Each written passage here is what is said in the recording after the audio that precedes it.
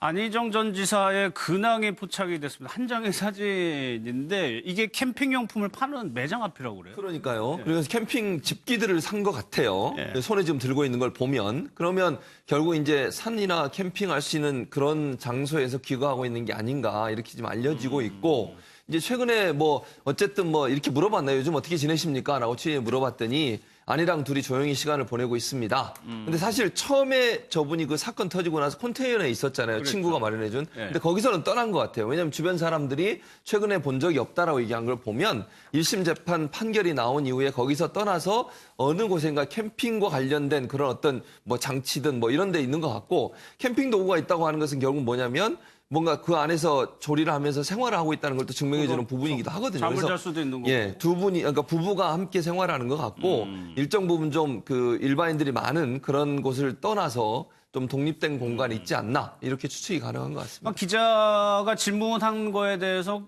예전처럼 거의 대답을 하지 않은 모습이었거든요. 네, 이제는 사실 정치인들이 뭐 지금 다시 정치를 할지 안 할지 모르겠지만 본인의 입장에서는 앞으로 인생이 많이 남은 거니까 네. 다시 사회에 어떤 식으로든 활동을 복귀할 가능성이 있다고 생각할 거 아니에요. 그럴 때 제일 주의해야 되는 게 이렇게 가장 바닥이라고 해야 되나 가장 어려운 시기죠, 지금이. 네. 이제 이 가장 어려운 시기에 있을 때 그거를 잘 견뎌내는 거거든요. 잘 견뎌낼 때 그때가 중요한 게 이제 사람들한테 말을 많이 하는 건 별로 좋은 게 아닌 거예요.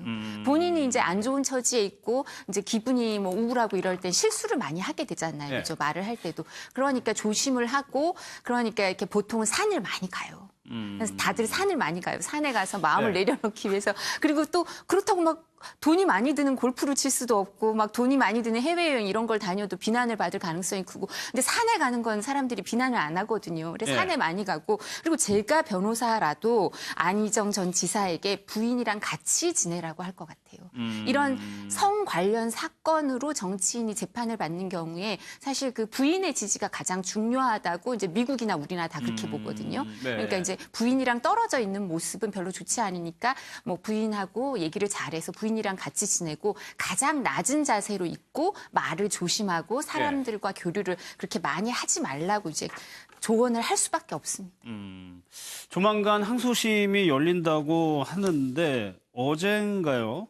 성폭력 공동대책위원회 기자회견이 있었습니다. 어떤 내용이었는지 한번 보겠습니다. 피해자는 검찰 조사에서 법정에서 일관되고 구체적으로 피해 사실을 진술했으며 피고인의 정치적, 경제적 영향력이 미치는 구체적 정황도 제시했다. 그러나 1심 재판부는 성인지 감점을 운운하면서 실상은 피해자의 증언을 배제하고 전혀 고려하지 않았다. 피고인 안희정에 대해서는 질문하지 않았다. 성폭력 사실이 알려진 직후의 해명과 검찰 조사 시 발언, 재판에서의 피고인 측 변호인 주장까지 스스로 번복해온 바에 대해서 재판부는 질문하지 않았고 확인 없이 판결했다. 2심 재판에서는 반드시 피고인에게 질문해야 한다. 김남국 변호사, 항소심이 이제 뭐 조만간 열립니다, 다시. 네, 항소심에서는 이제 1심에서 판단한 기록을 다시 한번 좀 들여다볼 텐데요. 예. 워낙 이제 여론이 들끓고 있는 상황이고 1심 판결에 대해서 지금 저희가 봤듯이 이제 이런 비판하는 목소리도 크기 때문에 네. 더욱더 좀 신중하게 보리라 봅니다. 지금 이제 결국에는 지금 여성단체라든지 이 피해자를 지지하는 모임에서는 이 왜 피해자의 진술이나 피해자가 했던 여러 행동들에 대해서 신빙성이 없다라고 이렇게 판단을 했느냐라고 지적을 하고 있는 거고요. 또 지금 이제 저희 아까 이제 저 성명에서 조금 덜 나와 있는데 저는 저 영상을 좀 다 보니까 또 피해자다움을 재판부에서 문제 삼으면서 왜 이제 그런 태도를 보이지 않았냐라는 이런 비판도 있는 것 같습니다. 예. 그러나 이제 지금 이제 여성단체에서는 물론 저렇게 비판을 할 수는 있지만 1심 재판부에서 굉장히 좀 신중하게 재판을 했던 것으로 보입니다. 예. 이 대법원에서 정한 성범죄와 관련된 이 재판과 관련해서는 피해자 입장에서 성인지 감수성을 가지고 봐야 된다라고 이야기를 했고요.